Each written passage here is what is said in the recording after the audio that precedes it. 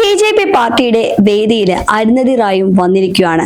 അരുന്ധതി റോയ് ആരാണെന്ന് നമുക്കെല്ലാവർക്കും അറിയുന്നത്. പ്രശസ്തമായ എഴുത്തുകാരിയും നോവലിസ്റ്റും കൂടിയാണ് അരുന്ധതി റായ്.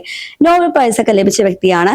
നിരന്തരം വിവാദങ്ങളിൽ ചെന്ന് പെടാറുള്ള ഒരു എഴുത്തുകാരിയും കൂടിയാണ് അരുന്ധതി റോയ്. കാരണം കശ്മീരുമായിട്ട് ബന്ധപ്പെട്ട വിഷയത്തിൽ അരുന്ധതി റോയുടെ ഒരു വിവാദ പ്രസംഗം ഉണ്ടായിരുന്നു 7 വർഷങ്ങൾക്ക് മുന്നേ.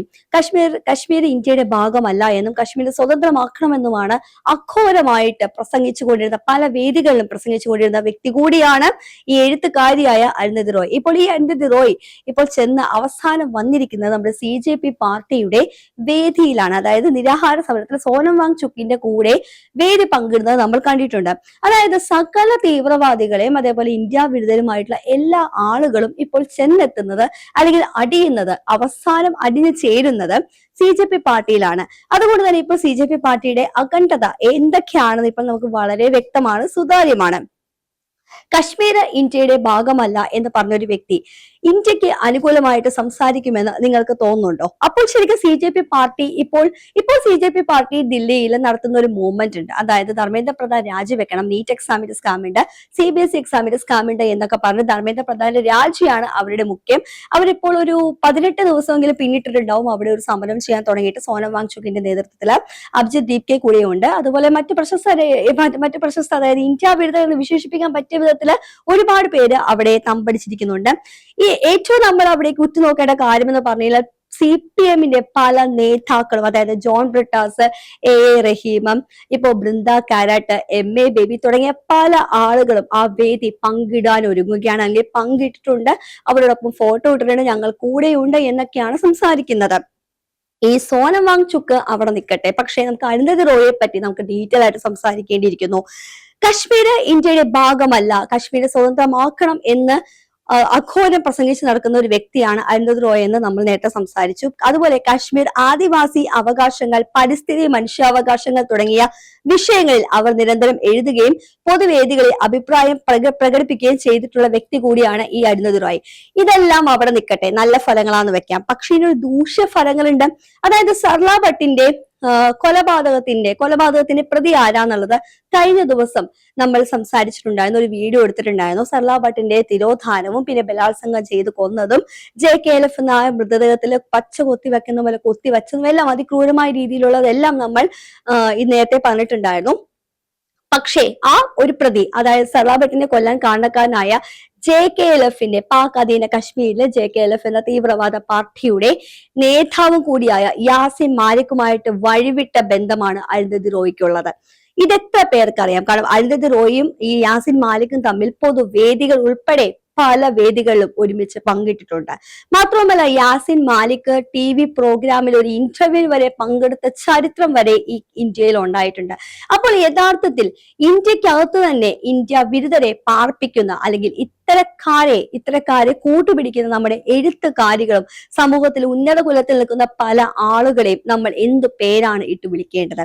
നിസ്സാരമായിട്ടുള്ള പല സാധാരണ ആളുകളും തീവ്രവാദത്തിലേക്ക് വഴിതെറ്റി പോകുന്നത് ചിലപ്പോൾ പൈസയുടെ പ്രാമുഖ്യം കൊണ്ടായിരിക്കാം. പൈസ കൊടുത്ത് വാങ്ങാൻ പറ്റാത്തായിട്ട് ഈ ലോകത്തൊന്നുമില്ല എന്ന് പറയുന്നത് പോലെ എന്താണോ അവരുടെ ആവശ്യം, ആ ആവശ്യം കൊടുത്ത തീവ്രവാദികളെ ഇങ്ങോട്ടേക്ക് വളർത്തുക എന്നൊരു നിലപാട് തന്നെയാണ് പണ്ട് കാലത്തും ഇപ്പോഴും ചെയ്യുന്നത്. പണ്ട് ടെററിസം എന്ന് പറഞ്ഞാൽ പൊട്ടിത്തെറിച്ച് ചാകലായിരുന്നുവെങ്കിൽ ഇപ്പോൾ തീവ്രവാദം പല മേഖലകളും വ്യാപിച്ചിട്ടുണ്ട്. ഉദാഹരണം വൈറ്റ് കോളർ ടെററിസം തന്നെ. ദില്ലി സ്ഫോടനത്തോടനുബന്ധിച്ചാണ് വൈറ്റ് കോളർ ടെററിസം എന്ന ഒരു വാക്ക് ഇന്ത്യൻ ജനതയ്ക്ക് സുപരിചിതമായത്.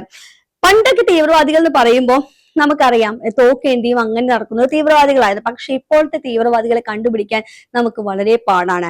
വൈറ്റ് കോളർ ടെററിസം, അതായത് പെട്ടെന്ന് കണ്ടുപിടിക്കാൻ പറ്റാത്ത, ഉന്നത സ്ഥാനമാനങ്ങൾ അലങ്കരിക്കുന്ന, ഉന്നത ഓഫീസുകളിൽ വർക്ക് ചെയ്യുന്ന, സമൂഹത്തിൽ അത്യാവശ്യം നല്ല പേരും പെരുമയുള്ള ആളുകളെല്ലാം ഇപ്പോൾ തീവ്രവാദത്തിലേക്ക് വഴിതെറ്റിയിരിക്കുകയാണ്. ഉദാഹരണം TCSലെ കോർപ്പറേറ്റ് ജിഹാദ് മറ്റൊരു ഉദാഹരണമാണ്. അവിടെ തന്നെ നിതാ ഖാൻ എന്ന് പറഞ്ഞ ഒരു സ്ത്രീയെ, ആ സ്ത്രീയാണ് അവിടുത്തെ അന്യമതത്തിൽപ്പെട്ട ആളുകളെ നിർധന കുടുംബത്തിലെ പെണ്ണുങ്ങളെ തേടി കണ്ടുപിടിച്ച് മതപരിവർത്തന ഇരയാക്കുന്നു. മാത്രവുമല്ല ക്രൂരമായ പീഡനത്തിന് ഇരയാക്കുന്നു. നാസിക്കിൽ നടന്ന കൊടും ക്രൂരത നമ്മൾ കണ്ടതാണ്. അതാണ് കോർപ്പറേറ്റ് ജിഹാദ്. ഇനി അതേപോലെ നാർക്കോട്ടിക്സ് ജിഹാദ് എന്ന് പറഞ്ഞൊരു ജിഹാദ് ഉണ്ട്. ഐസ്ക്രീം പാർലറുകളിലും എല്ലാം ഐസ്ക്രീമിനൊപ്പം തന്നെ ലഹരി പദാർത്ഥം കൂടി കയറ്റി കൊടുത്ത് ഈ ഒരു നാർക്കോട്ടിക്സ് ജിഹാദ് ആദ്യമായിട്ട് സംസാരിച്ചത് പാലാ ബിഷപ്പാണ്. ആ പാലാ ബിഷപ്പിനെതിരെ ഇവിടുത്തെ PFI പ്രവർത്തകരെല്ലാം ഒരു മാർച്ച് തന്നെ നടത്തിയിട്ടുണ്ടായിരുന്നു. അസഭ്യ വർഷങ്ങളോടുകൂടി PFI പ്രവർത്തകരും SDPക്കാരും ഒക്കെ വളരെ മോശമായ രീതിയിലാണ് പാലാ ബിഷപ്പിനെതിരെ മാർച്ച് നടത്തിയിട്ടുള്ളത്. അതും ഈ കേരള നാട്ടിൽ തന്നെയാണ്. പറയുമ്പോൾ കേരളം ഇന്ത്യയിലെ ഒരു സംസ്ഥാനമാണെങ്കിലും ചില ആളുകൾക്കെല്ലാം കേരളം ഒരു രാജ്യം എന്ന പോലെയാണ് ഇപ്പോൾ തമ്പടിച്ചുകൊണ്ടിരിക്കുന്നത്. ഇങ്ങനെയുള്ള പല ജിഹാദുകളും ഇവിടെയുണ്ട്. പക്ഷെ ഇത്തരം ആളുകളൊന്നും അതെല്ലാം ജിഹാദ് ഇങ്ങനെ ഉണ്ടെന്ന് പറഞ്ഞാൽ ഇതെല്ലാം പ്രൊപ്പഗണ്ടയാണെന്ന് പറഞ്ഞിരിക്കുകയാണ് അവരുടെ ലക്ഷ്യം.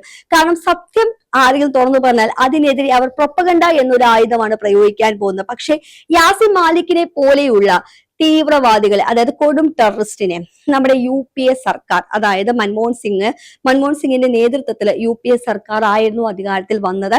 ആ അധികാരത്തിൽ വന്ന സമയത്ത് പാകിസ്ഥാനും ഇന്ത്യയുമായുള്ള ചർച്ചകൾ നടത്തിയിരുന്നത്. അതിൽ പ്രധാനമായിട്ടും നയതന്ത്രജ്ഞനായിട്ട് ആ സ്ഥാനത്തേക്ക് UPA സർക്കാർ നയിച്ച വ്യക്തി അല്ലെങ്കിൽ തെരഞ്ഞെടുത്ത വ്യക്തി എന്ന് പറയുന്നത് ഈ യാസിൻ മാലിക് ആണ്. കൊടും ക്രിമിനലായ യാസിൻ മാലിക് ആണ്.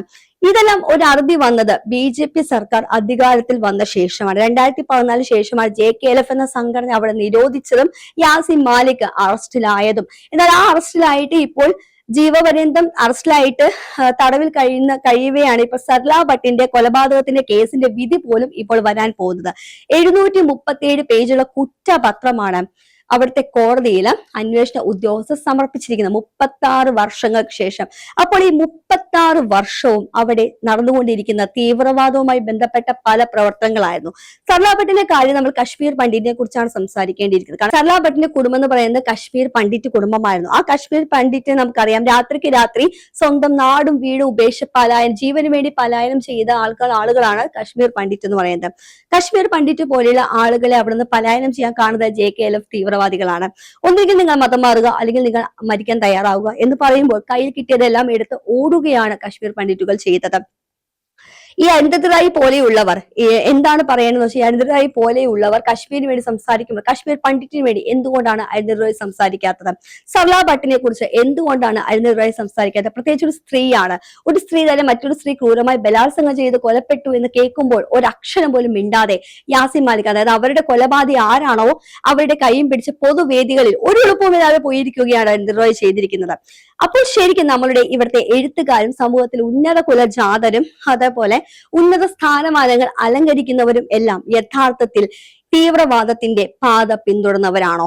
അല്ലെങ്കിൽ എന്തുകൊണ്ടാണ് ഇവരെ അങ്ങോട്ടേക്ക് വഴിതെറ്റിച്ചു വിടുന്നത്? എന്താകർഷണമാണ് ഇവർക്കെല്ലാം കൊടുക്കുന്നത്?